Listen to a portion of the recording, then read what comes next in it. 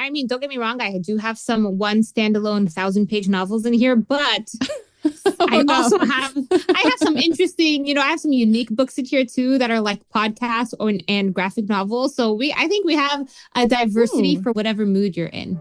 Yeah, I love that. Ooh, okay. I'm so excited. So before we dive in, welcome to the More Magic Book Club podcast, a podcast for fantasy readers dying to talk about the latest fantasy book you read and loved.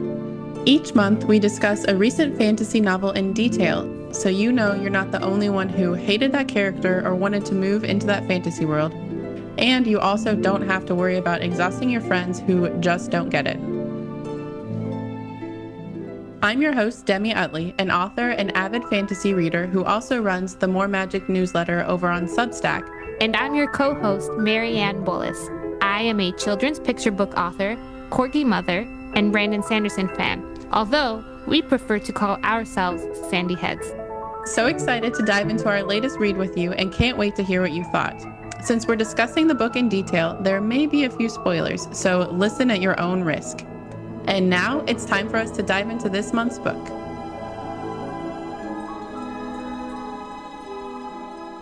Hello, everyone, and welcome to the next episode of the More Magic Book Club podcast. Today, we have another special themed episode where we're going to talk about some of our favorite books on a specific topic and give you some recommendations if you're looking for something new to read.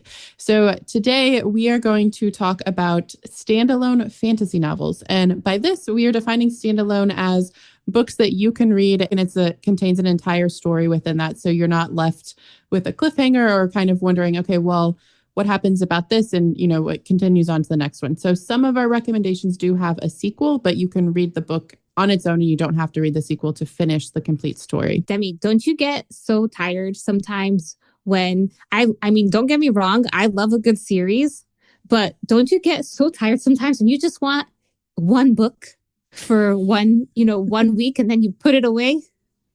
Yes, like sometimes, well, and some of them, we've talked about Sanderson on this, and sometimes the series are each book is, like 700, 800, in that case, like 1,000 pages.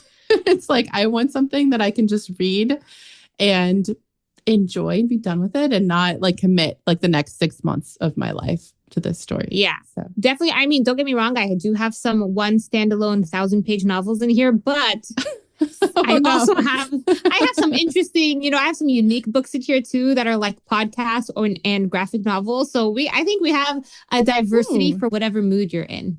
Yeah, I love that. Ooh, okay. I'm so excited. So before we dive in, I do just want to say, so typically this podcast is a spoiler podcast because we are talking about the books, sometimes with the author. So we like to go, talk about it as a book club.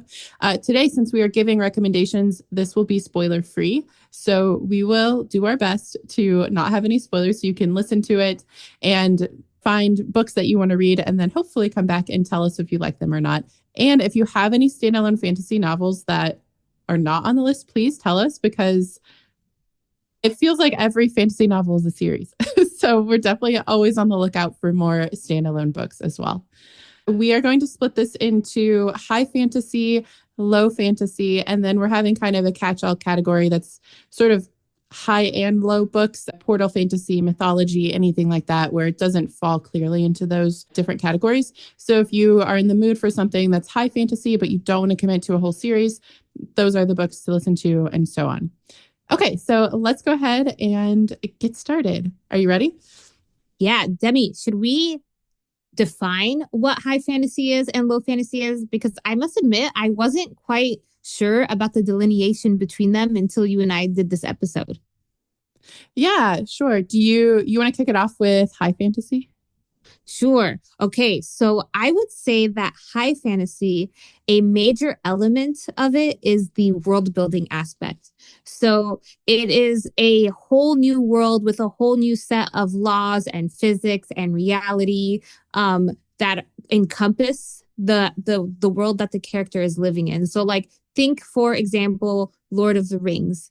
Again, I'm always going to go back to Lord of the Rings as, he's the father of fantasy, J.R. Tolkien. But that is a high fantasy novel because that man took the time to basically create a whole new planet, a whole new language, a whole new culture, heavily inspired by Europe. But I mean, that's just a part of life. That's how all high fantasy is. Usually there's some kind of inspiration at the root from our real world that they take and then they build a whole new world. So that is high fantasy. Do you think I got it right, Debbie, or do you have anything to add?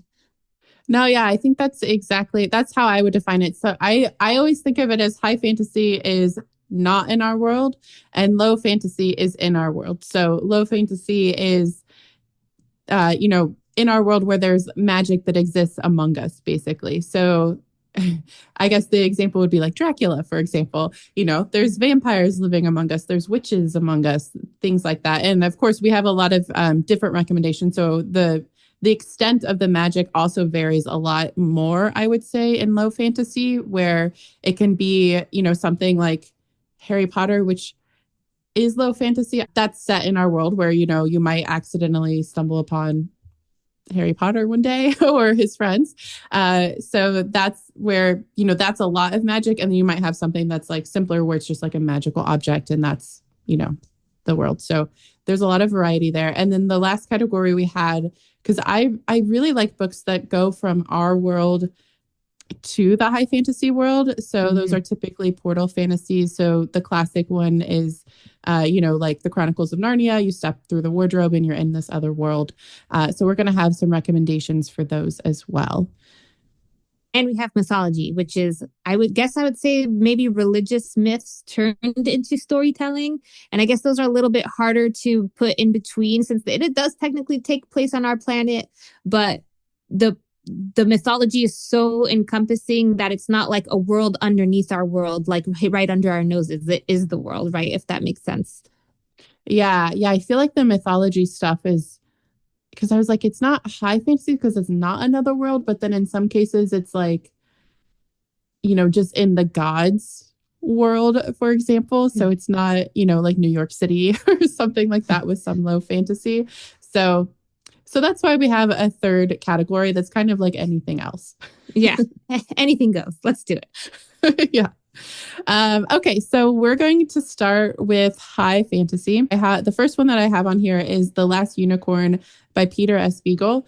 And this book, I believe, is a children's book. I did not read it until like 4 or 5 years ago. So I read it as an adult. Have you read this?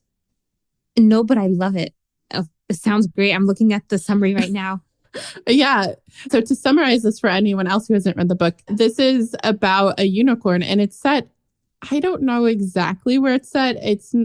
It looks like our world, but it's not our world. There's unicorns. It has been a while since I read this, but I would put this in high fantasy. It's one of those where it felt kind of like the 1300s or something like that. So you're like, I really like this book. The main character, the protagonist, is a unicorn. So you follow the journey of the unicorn.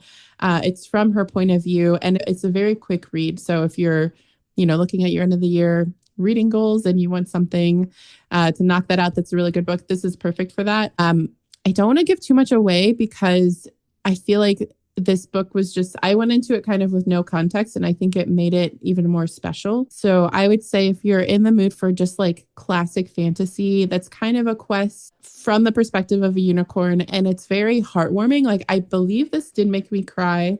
And when I finished it, it was one of those where I put it down and was like, man, I wish everyone would read this book. It was so lovely and so good. So that's what we're starting out with. The highest recommendation. The next high fantasy standalone book that I would recommend, we actually have a whole episode dedicated to this one, but we wanted to call it out here because it's perfect if you're in the mood for a standalone book, and that is Tress of the Emerald Sea by Brandon Sanderson.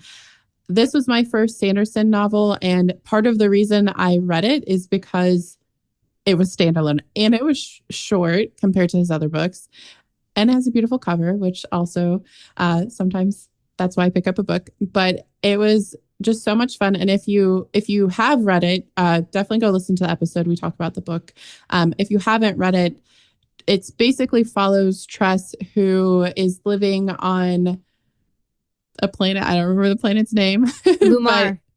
Yeah, it was like Marianne is a Sanderson expert. So it's fun because you don't have to have context from Sanderson's world to read this, but if you are a Sanderson fan or you have read some of his books, it will help. You'll just get some of the references. It follows Tress. She lives on an island and basically has to go on this whole quest and adventure. So it's an adventure book. Also, there's a lot of ship life in it. So if you're like in the mood to be on a boat, this is a good book for that as well. I don't want to say too much again because we're trying to avoid spoilers, but it's definitely a good standalone novel. Would you recommend that? I know you have another Sanderson novel on here, but would you recommend Tress as a standalone one? Yeah, I think it's a great entry level to the Cosmere universe. So just a little bit for the listeners, if you don't know. So Brandon Sanderson has written many, many, many, many books in multiple different universes. But his magnum opus is the Cosmere universe, which it's literally a universe. Like he has entire solar systems of different planets, and there's different books set on different planets. And so his series books are really the planets that are basically the big players of this universe who are gearing towards an intergalactic war, basically. And so that's like where you get the Mistborn series that's set on the planet Scadrial. That's where you get the Stormlight Archive that's set on the planet Rashar. But then there's these little planets that really don't have much to do with what the big guys are doing. And so they're just kind of off on their own, having their small little adventures. And so there's actually quite a few standalone. I'm actually slowly working on converting my friend into becoming a fellow Sandy head. And so I'm just kind of feeding her little books at a time that are standalones. So that way, just to kind of feed it to her so that she like gets a taste and she's like, I want to know more. So then she could really get to the big stuff. So she loved Tress. So I think it's great. I would also say, just so everyone knows, I would say his standalone novels that you really don't need anyone else is Tress of the Emerald Sea, Elantris, Yumi and the Nightmare Painter, which we will talk about in a second because that's on my list, and Warbreaker. I haven't heard of Warbreaker. Okay. Yeah. My friend just read it and I actually need to reread it, so she let me borrow it. So thanks, Olivia. Well, do you want to go ahead and talk about Yumi and the Nightmare? Yes.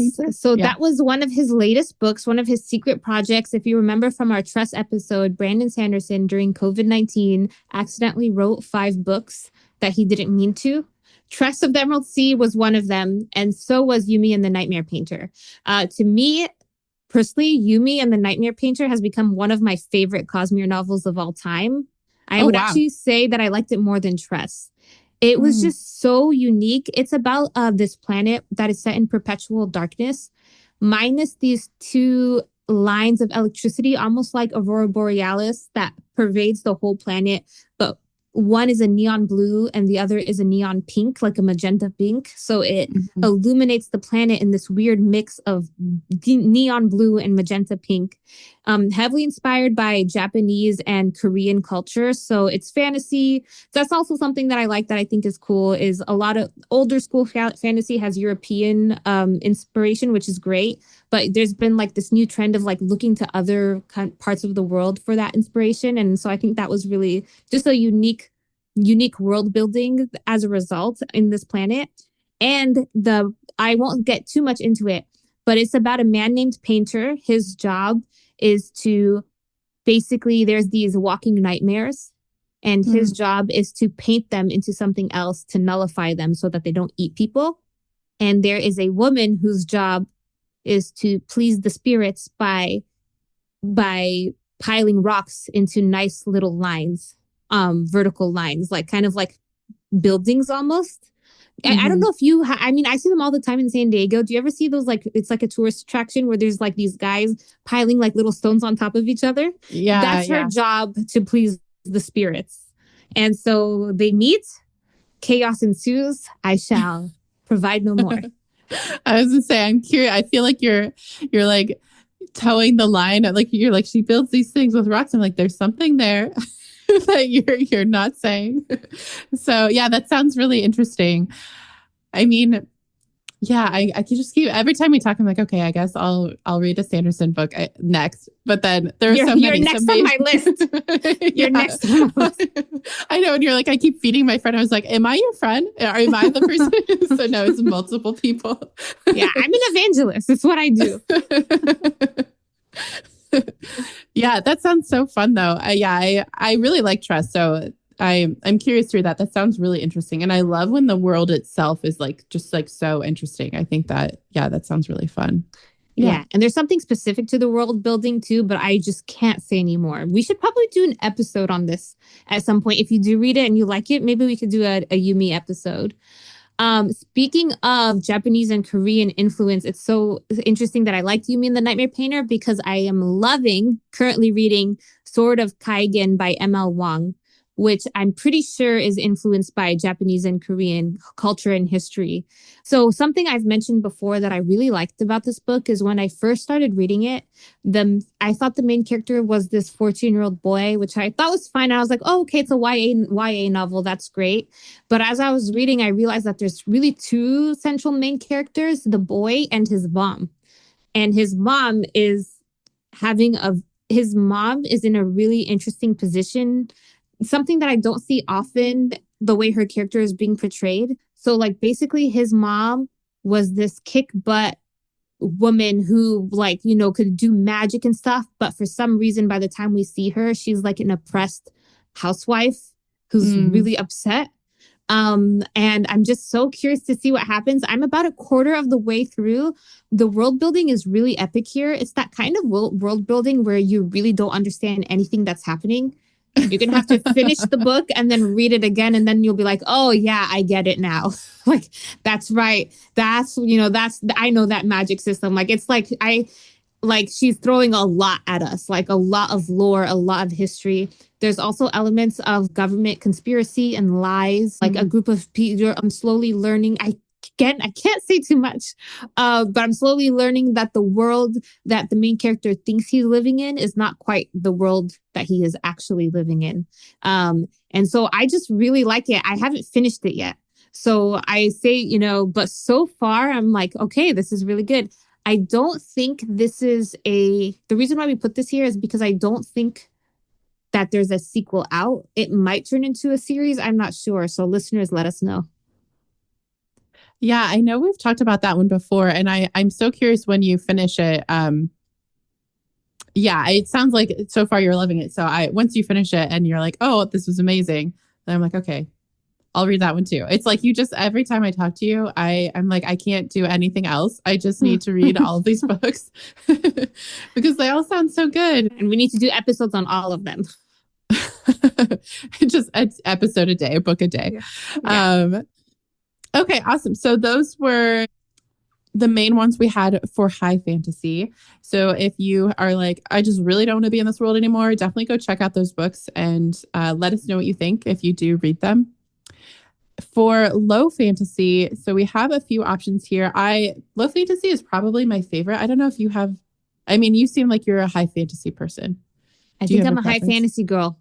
Yeah, I think I like high fantasy, but I feel like low fantasy is where I tend to gravitate. So it's kind of fun because we're like the opposite, but then we both like them. So anyway, just unnecessary context for everyone.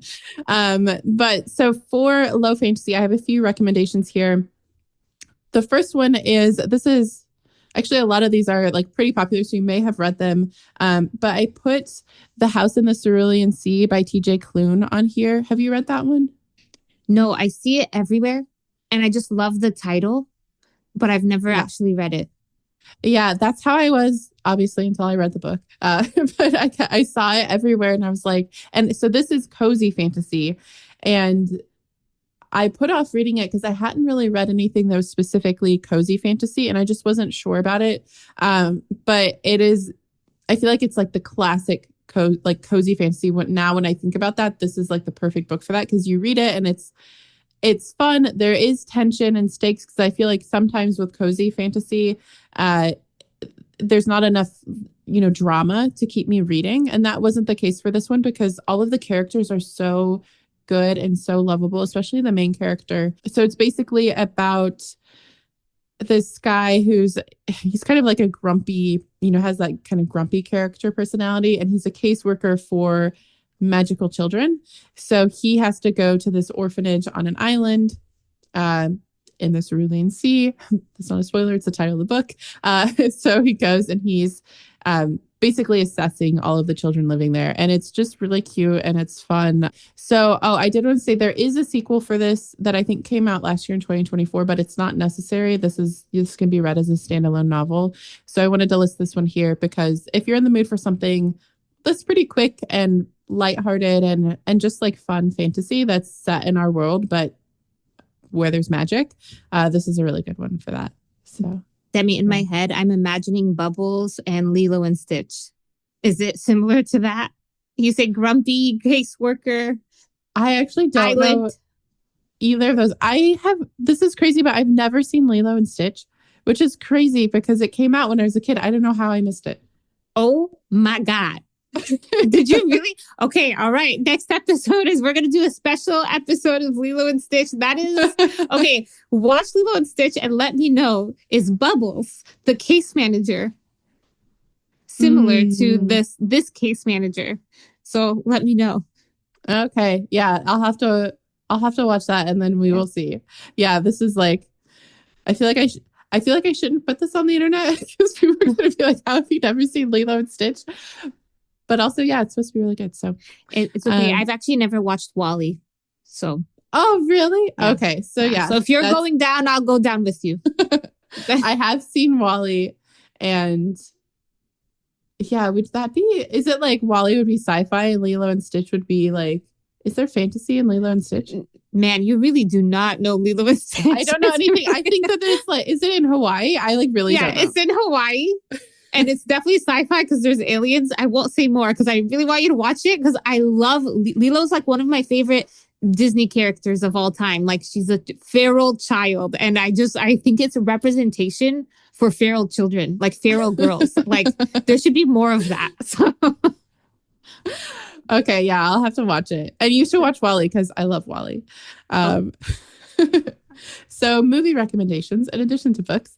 Back to our low fantasy book recs. So another one that I have on here, I have to have a V.E. Schwab recommendation. She's one of my favorite authors.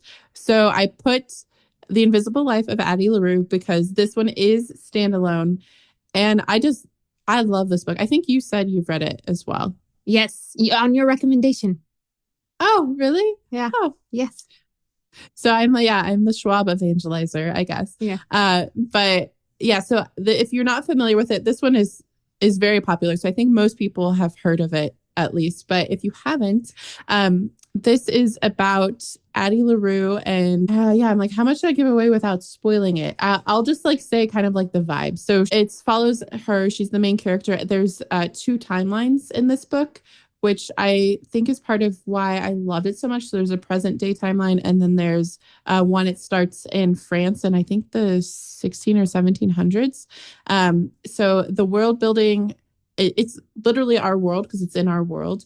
And the descriptions in it are just beautiful. This was a book where I wanted to just like kind of linger as I was reading it because it felt so immersive and so just descriptive and beautiful. And I don't really know how to talk about the magic without spoiling it. I guess I don't know what the description says. How would you describe it?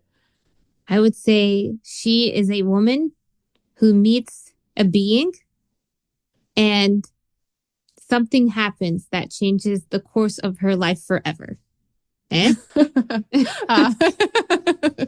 Yeah, it's good. I feel like this one was, I liked it because when I read it, not only did I like the prose and I like the characters, but it felt like the themes of the book were very human to me. Like I've reread it once or twice. So I've read it a few times. And every time I read it, I'll just like cry after I read it just because it feels so, it touched on just like such a part of being human for me when I was reading it. I feel like, I don't know. Yeah. We could like talk about that one in so much detail. But it's really, really good. So I highly recommend it, especially if you've ever felt trapped by your life and like you're kind of like wanting to pursue something. So I'll just kind of leave it at that. But that's one of my favorite books. And then another low fantasy standalone recommendation I have is The Unmaking of June Farrow by Adrienne Young.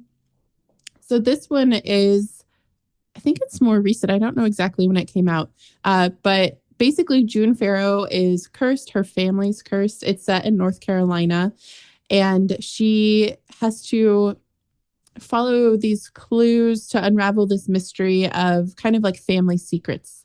I don't know. Yeah, this one was, there's a lot because it's almost like a thriller fantasy. So I don't want to say too much because there's so many like reveals in the book, but it's really good if you want something that is kind of like Appalachia and has like that family, like, yeah, family secrets and like things that she's trying to figure out. So it's really good for that. Yeah. Interesting. Never heard of it, but maybe if it has would you say that it's a good Halloweeny book? In my mind, it's like a spring or summer kind of book. Okay. Oh, okay, Yeah. I get you. All right. So maybe I'll save it for my next summer read then. Yeah. Another book that we have in the low fantasy category, and I actually recommended this as well before, is The Golem and the Jinni by Helen Wecker. So it is a book about basically two immigrants who are also magical creatures. One is a golem, which is a mythological creature from the Judaism mythology. It is a creature made of clay, brought to life by a disgraced rabbi who dabbles in dark Kabbalistic magic. And she was created to be the wife of a man who dies at sea while they are traveling from Poland to New York in 1899. So it's that kind of vibe, like the Ellis Island type of thing at the turn of the 20th century. And then meanwhile, Ahmed is a jinni, which is a creature of Islamic mythology, a being born of fire in the ancient Syrian desert, trapped in an old copper flask and released in New York City, though still not entirely free. So also traveled from the Middle East to this place. They have become unlikely friends and soulmates with a mystical connection. And I won't say more. I remember it being incredibly beautiful. Apparently, Helene recently released a sequel that I have yet to read, but because I need to read this book first. But I remember loving it, wanting more, but not necessarily because there was a, like a cliffhanger or anything. It was just because it was just so beautiful, and I didn't want to leave them yet. So it's just such a beautiful book. Yeah, I feel like every time we talk about this book, you give a little bit more, and every time I'm like, ooh, okay, I want to read this one. Yeah, it sounds, especially since there's a sequel coming out, maybe now's the time to read it. It sounds very fun and magical. Yeah, especially the idea of like two magical creatures just in New York, kind of like at that time period. It sounds like there's probably a lot of fun and like historical references and things like that. Yes, it is that great. It is that great. Yeah. Oh, yeah. I want to check it out. Okay, so those were all we had on the list for low fantasy. So let's take a look at some of our third category, which is sort of everything else. So for standalone books that are maybe they're both high and low fantasy, maybe they're portal fantasy, maybe they're mythology. So we have a few more recommendations here. So the first one that I have it's called In Other Lands by Sarah Reese Brennan. So I read this one years ago. I don't know. Have you read this one? No, we haven't talked about this book. Never heard of it. Yeah. So I don't even know how I found it. I think it was one of those, like I was at the library and it was there and I picked it up. So it's set, I believe it starts out around London or somewhere in like England. And there's a wall that marks a border between sort of our world and the other world. So in other lands, so like the other land.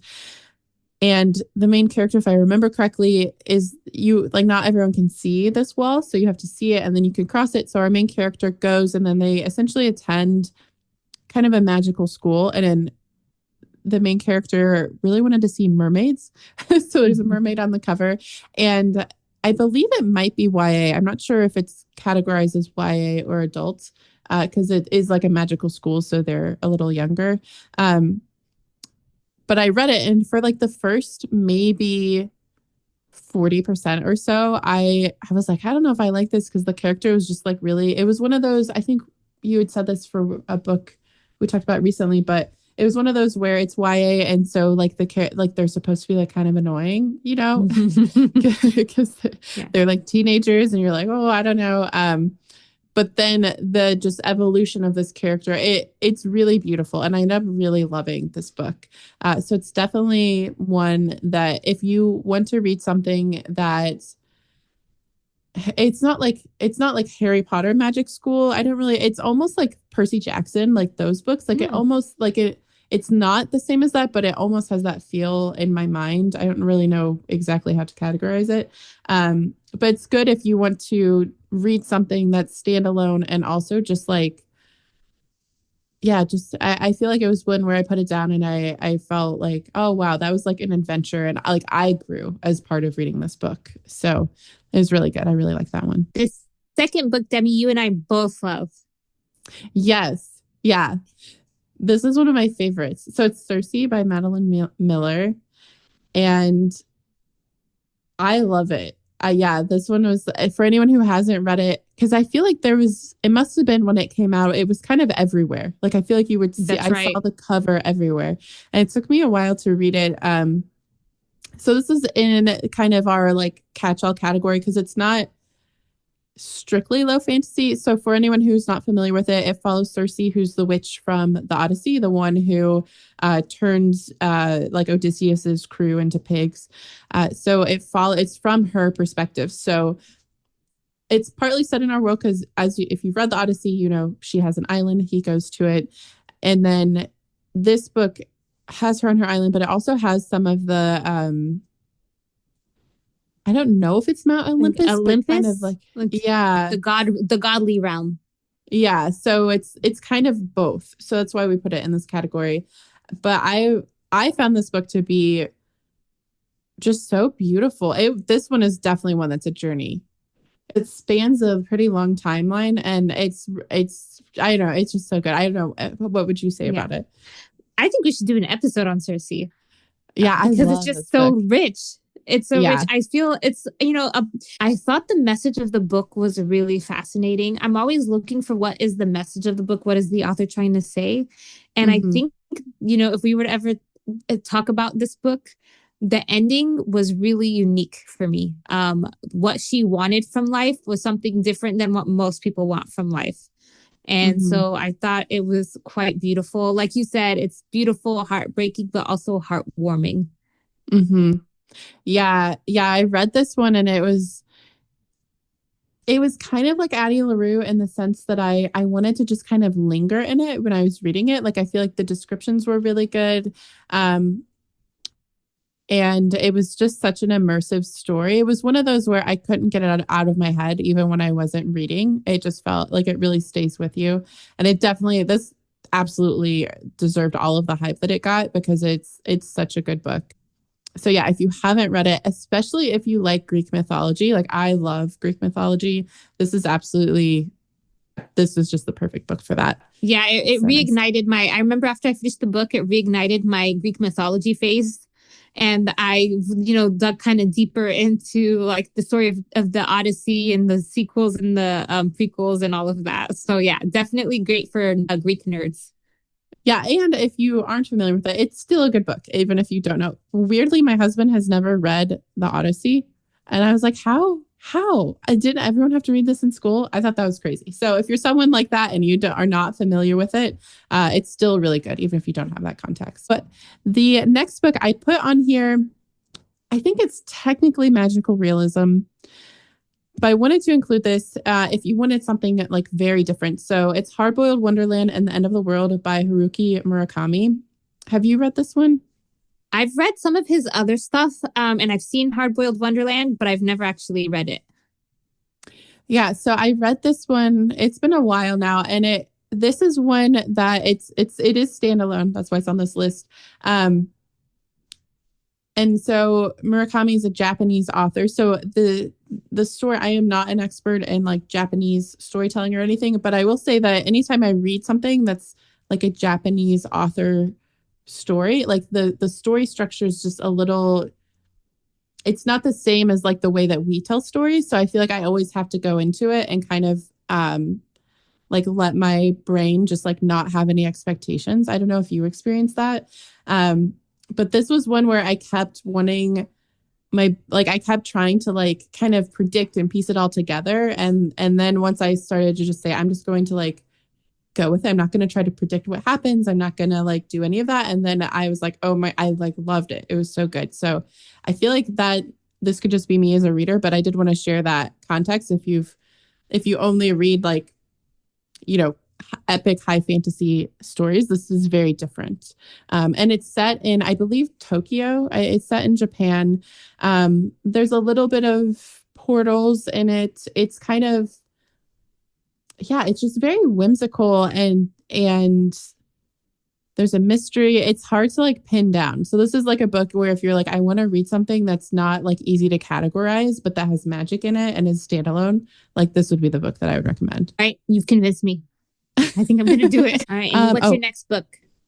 So the next one that I have, this one is another mythology. This is Norse mythology. So it's The Witch's Heart by Genevieve Gornichek. So it's about a witch who falls in love with sort of the trickster god Loki. So yeah. Girl, you could do better. As you can imagine, it's interesting. Yeah. So there's some drama that happens. So it's really good. It's fun because it's kind of like Circe, only it's Norse mythology. And this one, I don't know if I would say it's set in the like that godly realm as well. I can't remember exactly if it's supposed to be like a different, kind of world or if it's our world. So that's where I'm like, I don't know exactly where this one sits because it gets like a little confusing when it's like these mythology things. But it is really good. This is one that also made me cry when I finished reading it. So that's always a criteria for me. Like, did I cry? Not in like I'm devastated and sobbed like kind of way, but like this was just like such a good story. Yeah. It emotionally moved me. So yeah. There's different types of tears. There's happy tears, there's sad tears, there's angry tears. So, not all tears are equal. Yeah. Yeah. So this one was definitely, it's good. I would recommend it, especially if you're whoever's listening and also you, Marianne, if you want some mythology that's not Greek, this is a good one to do. Yeah. And I've always wanted to brush up on my Norse mythology because the extent of my Norse mythology is the Marvel universe. So, and then I think we did a class on Beowulf or a module on Beowulf sometime in high school. So I think it would be, this could be a good place to start. Yeah, it's funny because I have not seen like pretty much like any Marvel movie. So most of my context comes from like books like this. So then I'm like, I feel like I'm missing some. Anyway, we won't go into all that right now. But yeah, it's good.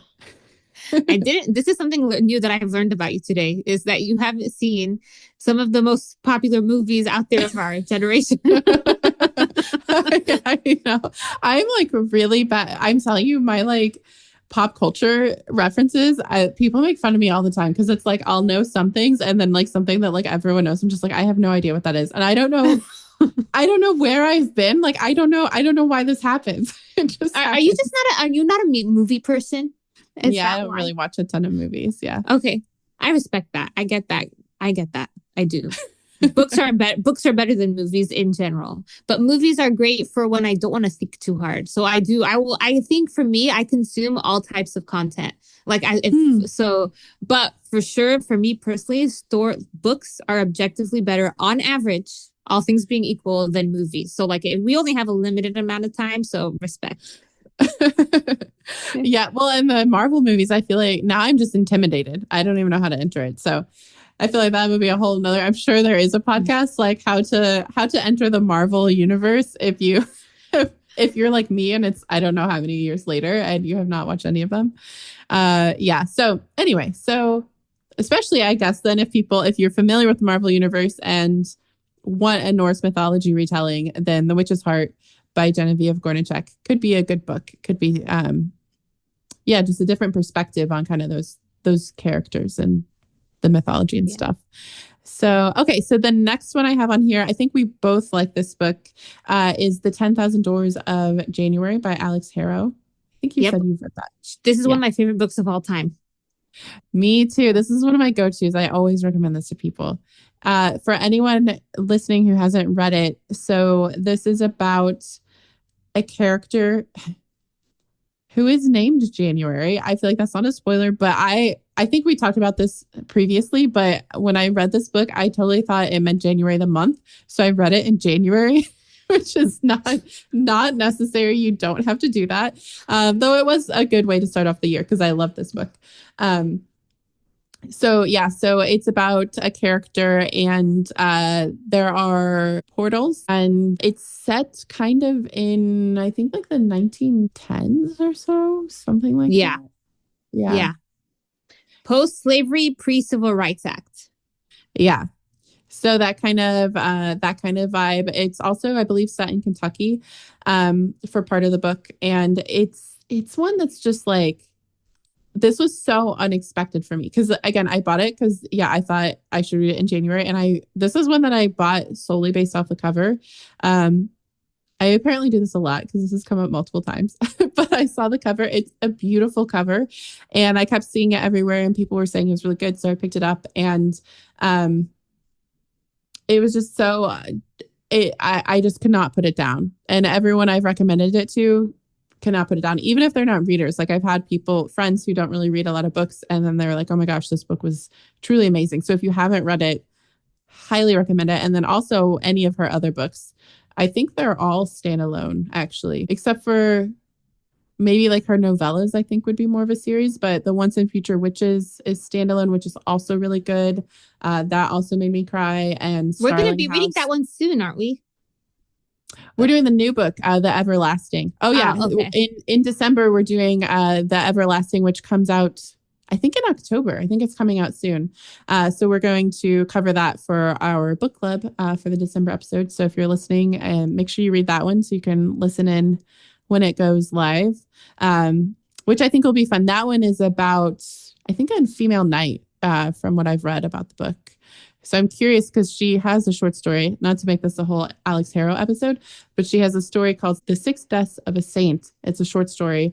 I don't know if you've read that, but I read it, and that made me just sob at the end. It was like really good, and it's a short story. So I think this is that was like the inspiration for this novel. So I'm very excited about that one. So I'm super excited to read that. So I'd say that's probably, I was going to add a category of our most anticipated standalone, and I'd say that's probably top of my list. So yeah, cool. We're going to talk about that one. Yeah. Another one we have also done an episode on is Green Teeth by Molly O'Neill. So this is a great standalone. It's so fun. We actually got to speak with Molly and talk about some of the spoilers and the behind the scenes. So we have an episode on that, it was just truly amazing to get to talk to her about the book. It follows the perspective of Jenny Greenteeth, who is a lake monster. And basically she's kind of a grumpy lake monster and doesn't want to do anything. And the book makes her do a lot of things. And it's a lot of fun. Yeah. Anything else you'd say for someone who's maybe considering Greenteeth? Highly, highly recommend. Amazing book. Read it and then listen to our podcast episode with Molly to get some behind the scenes background information from the mind of the author herself. Yeah, Marianne asked so many questions. She was like, well, I have you here. Can you tell me if, so-and-so was like the same person here? Like asking all of those things where you're like, man, I just want to know, did I make a connection? So yeah, it was a lot of fun. It's everything I've ever wanted. So just, basically hold an author hostage while I ask her all of my questions.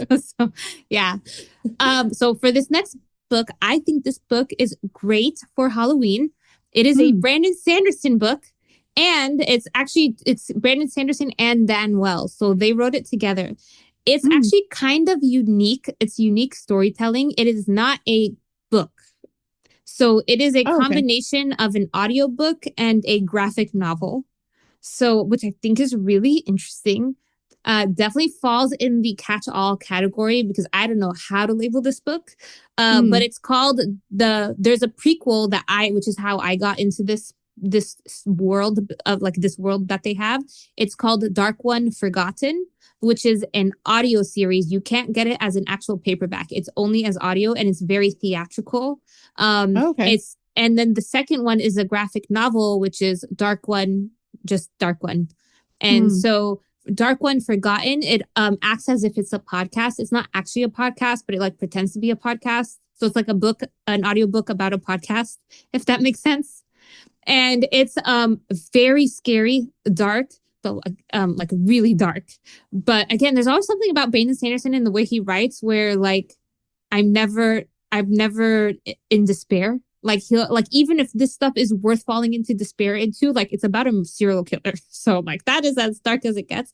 But like the way he writes, there's always like that thread of hope.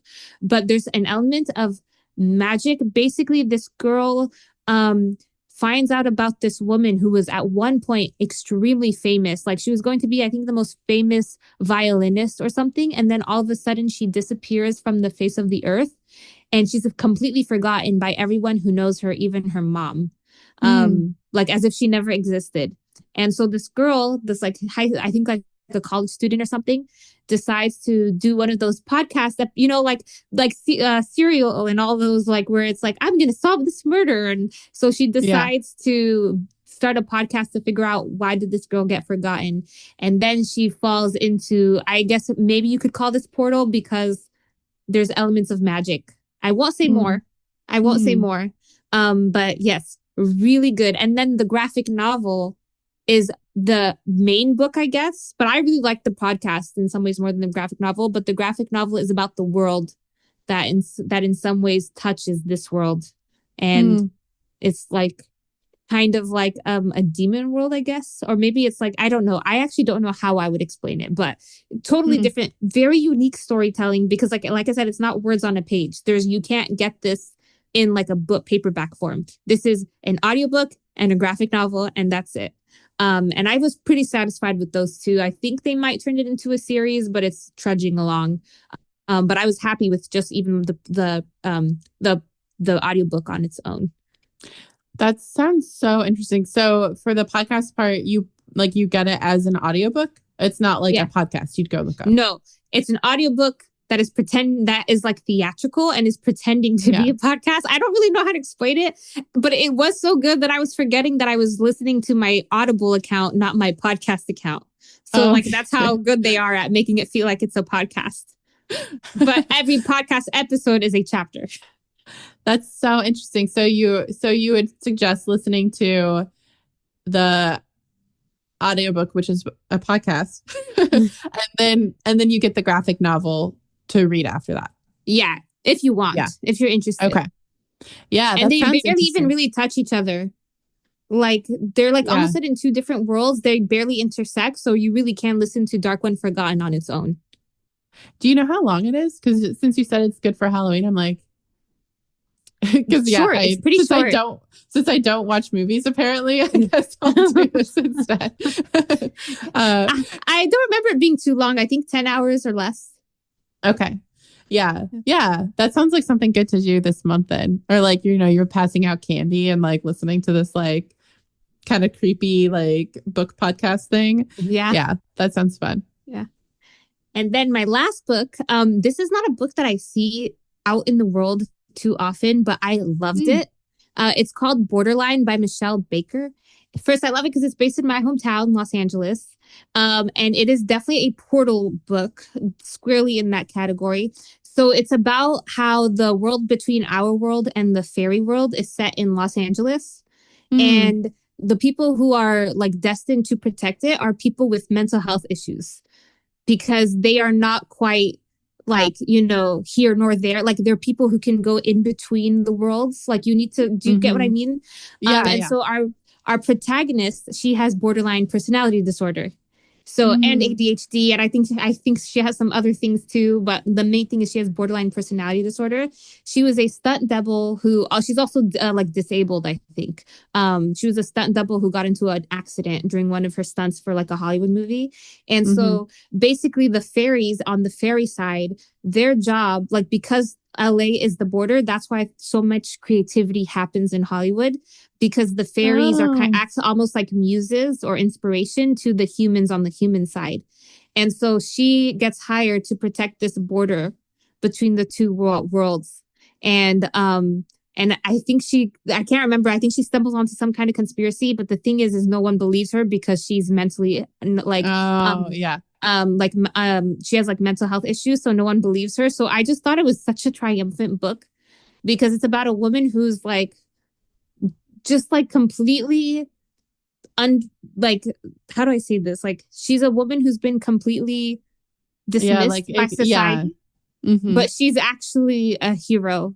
And like she figures it out. So it's such a good book. I think the author might be struggling with cancer. I think that might be why she hasn't written much, but it's based off of her own life and her own mental health struggles too.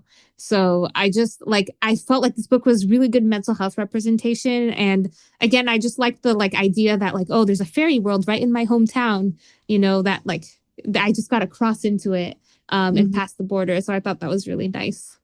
Yeah, that sounds so fun. I think you had mentioned this to me before and I forgot about it. And now you're mentioning it again. I'm like, I should read this. It sounds really cool and really creative. And I love low fantasy. Anything where there's like our world and then you can go through a portal to a magical world, or where you just have to like look the right way and you'll find the magic in our world. That's like, I love those books. Because then it's like, well, maybe it will happen to me. Yeah, exactly. It's a nice thought. Yeah, that's a good one. Well, that was everything that was on our list today for some standalone fantasy novels. Is there anything that I know these were all books that we have read. Is there anything that you are considering reading that is a standalone that you think people might be interested in? For me, I think the main thing is probably The Everlasting by Alex Harrow. And then I know Molly O'Neill, author of Green Teeth, she does have a book coming out in February that I believe is also standalone. So those are the two that are just on the top of my head that I'm really excited about. But yeah. There's my friend just recently told me about this book called The Fourth Wing by Rebecca Yarros. Have you heard of it? Oh my God. Yeah. You're like making fun of me. This was like, where have you been? Oh, really? I haven't read it, but this was like, I don't know, 3 years ago. This was like everywhere. It was like sold like millions of copies. I think it was like the #1 book for. Oh, good for her. Well, it seems great. Like if I was like, oh, there's this book called like Harry Potter. Have you heard of it? Like, not that level, but like, but it's close. Okay, so is it a standalone or is it a series? It's a series. I haven't read it, but oh yeah, it's a series because I know people were excited about the second one, but I think it was originally written to be standalone, but I haven't read it, so don't quote me on that. But yeah, I'm looking at the Goodreads and it has 3 million ratings. So I think you might be right. It might be Harry Potter levels of. That's so funny. Okay. Well, on that note, thank you everyone for listening. Thank you, Marianne, for sharing your book recommendations, even if they are the most popular book like in the past 5 years. So yeah, for everyone listening, if you have any standalone fantasy books that you read that you love, please let us know because we're always looking for those. Like we said, sometimes you just don't want to read an entire series. So it's good to have a book that you can read where beginning to end and it just concludes and it's nice and satisfying and it's a good book. So please let us know if you have any recommendations. For the next episode for the book club, we will be reading also a standalone book, Bury Our Bones in the Midnight Soil by V.E. Schwab, which is her vampire book. So we're going to release that around Halloween. So this is perfect to read if you are in the mood for something kind of spooky and with, magical creatures for October. So definitely check out that episode. And in the meantime, have fun reading. We're wishing you more magic as always, and we'll see you in the next episode. We hope you enjoyed this episode, and we're actively working to record the next one. If you'd like more inspiration in the meantime, follow More Magic and the Little Ways on Substack, which we've linked to in the show notes below. Have a book you want us to discuss? Head over to moremagicpodcast.com and tell us what book we should read next. Until next time, happy reading, and we wish you more magic.